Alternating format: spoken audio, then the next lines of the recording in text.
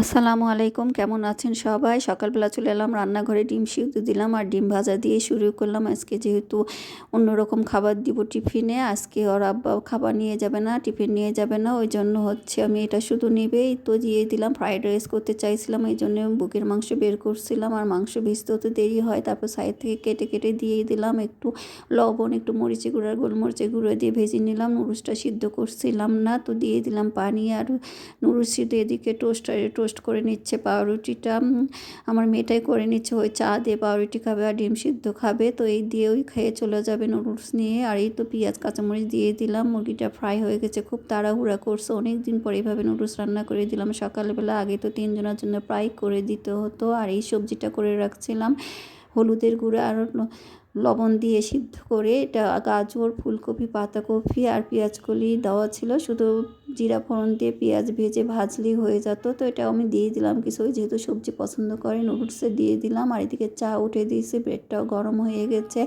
আর দুধ চা দিয়ে পাউরুটি এমনিই ভালো লাগে। তো এদিকে নুডলসটা প্যাকেট করে দিলাম, বক্সে ভরে দিলাম। এটা ওই নিয়ে যাবে আজকের জন্য, ওই দুপুরে লাঞ্চ করে নেবে। আর ওই জন্য ঝামেলাও নাই, নুডলসটা রান্না করতে যতটুকু ঠিক না থাকলে যা হয়। আমি ফ্রাইড রাইস করে দিতে চাইছিলাম, কিন্তু পরে বলছে নুডলস করে দাও, তো আজকে এগুলোই নাস্তা করে নিলাম। আর পিঠাটাও দিয়ে গেছে, তো এগুলো দিয়ে আজকে খেয়ে নিলাম। রুটি আমার করাই আছে, তারপর ভাজলাম না, সবজিটাও করা ছিল। তো মাঝে মধ্যে একটু অন্যরকম নাস্তা খেতে ভালোই লাগে। আজকে সকাল থেকে কিন্তু রোদ, আর আমাদের বাসার পাশে স্কুলে হইচই শুনতে কিন্তু খুব ভালো লাগে।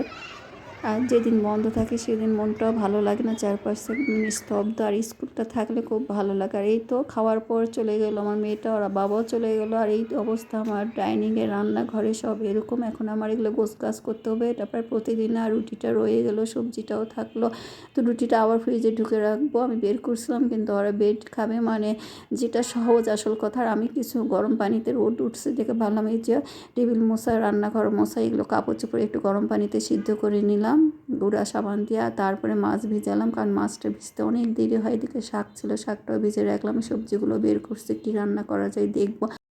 সিম আলু ভাজি করবো আর বেগুন আলু দিয়ে একটা তরকারি রান্না করবো। আর এই বেগুনটা কিছু করবো নাকি চিন্তা করছি, যে সবই বেগুনময় হয়ে যাবে। তো তারপরে কেটে নিলাম, এই তো পেঁয়াজ কাটলাম, বেগুন আলু কাটলাম, সিম আলু ভাজি করবো। পেঁয়াজ করেছিল, পালং শাকও ধোয়া হয়ে গেছে, আর মাছগুলো ভিজছে। এর মধ্যে একটু বাহিরে ছোট ছেলেটা স্কুলে গেলাম, কারণ এখন ক্লাস হচ্ছে না, ওকে নিয়ে আসলাম। সিম ভাজি উঠে দিলাম, পেঁয়াজ দিলাম আর সরিষা দিয়ে ফোড়ন দিলাম। আর সরিষা দিয়ে ফোড়ন দিলে বেশি মজা হয়। এটা ধুয়ে রাখছিলাম, আর হলুদের গুঁড়া, লবণ দিলাম আর শুকনো মরিচ দিলাম। কাঁচামরিচ আনতে খেয়াল ছিল না, আমি কিন্তু বাজারে সামনে দিয়ে আসছি, তারপর নিলাম না। আর শুকনো মরিচ দিয়ে দিলাম, কাঁচামরিচ আছে 2-1 তো রেখে দিলাম, যদি আবার পরে কিছু খেতে দেয়। এদিকে পাঙ্গাস মাছ ভুনা করে পেঁয়াজ ভেজে নিলাম, জিরা ফোড়ন দিলাম আর টমেটো কেটে দিলাম, আদা রসুন পেস্ট, হলুদ গুঁড়ো, মরিচের গুঁড়ো, লবণ, জিরা ধনিয়া গুঁড়োও দিয়ে দিলাম। দিয়ে ভালো করে কষে নিব, যেহেতু টমেটো দেওয়া আছে। আর ভুনা করলে খুব একটা সময় লাগে না, আর পাঙ্গাস মাছ তো খুব তাড়াতাড়ি রান্না হয়ে যায়। আর পাঙ্গাস মাছ নিয়েছিলাম কাবাব করার জন্য, চাকাগুলো রেখে দিয়েছি, শুধু মাথা, পেটি আর মাথার অংশটাই আজকে ভুনা করে দেবো, আর লেজটা। তো এই তো আমার ছোটোটা ছেলে দুটা পছন্দ করে পাঙ্গাস মাছ, আর আব্বাও খায়, কিন্তু আমি, আমার মেয়ে খাই না। তারপর ওদেরকে এই জন্য একটু ভুনা করে দিলাম, হালকা মশলা দিয়ে, একটু হলেই হয়ে যায়। আর এদিকে সিম ভাজিতে আমি পেঁয়াজ কুলিটাও দিয়ে দিয়েছি, এখন নেড়ে চেড়ে। মাংস তরকারি আছে, ভাবছি দিয়ে দেবো মুরগির মাংস। আমাদের বাড়িতে আগে সিম আলু ভাজির মধ্যে মুরগি গিলা কলি যেগুলো ভুনা করে দিয়ে দিত, ভালো লাগতো খেতে।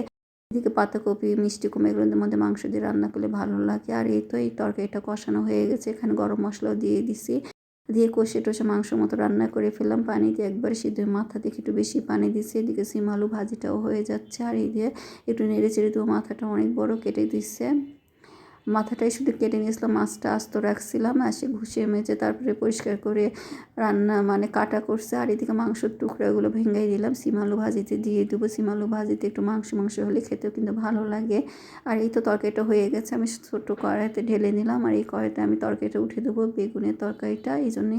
আর এটাতে যেহেতু অল্প তরকারি দিয়ে দিলাম। আর এদিকে সিম আলু ভাজিতে মাংসটা দিয়ে এখন ভেজে নিব, খেতে কিন্তু ভালো লাগে, একটু মশলা মশলা হয়। আর সিম আলু ভাজি কিন্তু একটু মশলা হলে খেতে ভালো লাগে। এদিকে বেগুন আলু তরকারিটা দিয়ে দিব, পালং শাক দিয়ে রান্না করবো। এখানে পেঁয়াজ দিয়ে দিলাম, আদা রসুনের পেস্ট, হলুদের গুঁড়া, মরিচের গুঁড়া, লবণ দিয়ে ভালো করে কষিয়ে নেবো। তারপর মাছটা দিয়ে দেবো, যেহেতু মাছটা ভাজবো না, এটা মাথার অংশের মাছ, মাথার কান টান আছে, দুটো চাকা পেটি সব আছে, এগুলো দিয়ে আজকে চচ্চড়ি করবো বেগুন আলু দিয়ে। সপ্তাহে শেষ দিন যা আছে ফ্রিজে শেষ করতে চাইছিলাম, কিন্তু তারপর আছে পাতাকপি আছে, বেগুন আছে, বড় বেগুন আছে, তো সেগুলো যে এক ভাজি টাজি করলে শেষ হয়ে যাবে। তো বেগুন আলু দিয়ে কষে নিল, একবার পানি দিয়ে দেবো, এটা চচ্চড়ি করবো।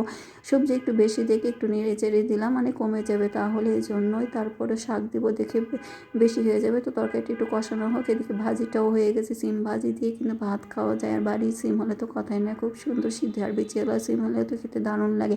আমাদের এলাকায় যে সিমটা পাওয়া যায় সেটা কিন্তু এই এলাকায় পাওয়া যায় না। একটু টমেটো দিয়ে দিলাম, তারপরে আমি আর একটু ঝোলটা কমলে পালং শাক দিয়ে দিব। পালং শাকের তরকারিতে কিন্তু পালং শাক বেশি রান্না না হলেও হয়, আর পালং শাক দিয়ে এই সময় শীতের তরকারি খেতে কিন্তু দারুণ লাগে।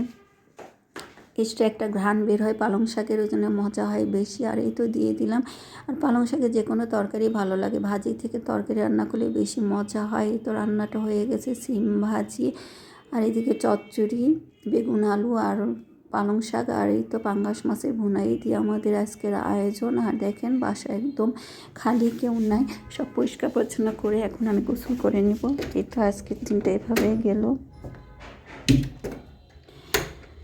আর এই তো আজকে আমার খেতে বসছি কাঁচামরিচ দিয়ে সিম আলু ভাজি আর পাঙ্গাস মাছের মাথাটা দিয়েছি। তাই আমার ছেলেটা খুব খুশি, ওই মাথাটা খুব পছন্দ করে। আর দাদার ওই মাথা নিয়ে কাড়াকাড়ি করা, দাদা বাড়িতে গেলে আর যে কোনো একজনের মাথা হলে ওই আগেই খেতে বসে যায়, ওকে দিয়ে দিয়েছে, যেন খুব খুশি হয়েছে। তো গাছের কিছু কাঁচামরিচও নিয়ে এসে আমি আর বসে খেলাম। আর ধনে পাতার ভর্তা আমি ঢাকাতে এসে খাওয়া শিখছেন, একটু ধনে পাতার ভর্তা নিয়ে ভাতটা মাখলে আমার ভাতের স্বাদটা আর বেড়ে যায়। যে শীত পড়ছে একটু ঝাল ঝাল ভর্তা কিনতে কিন্তু ভালো লাগে।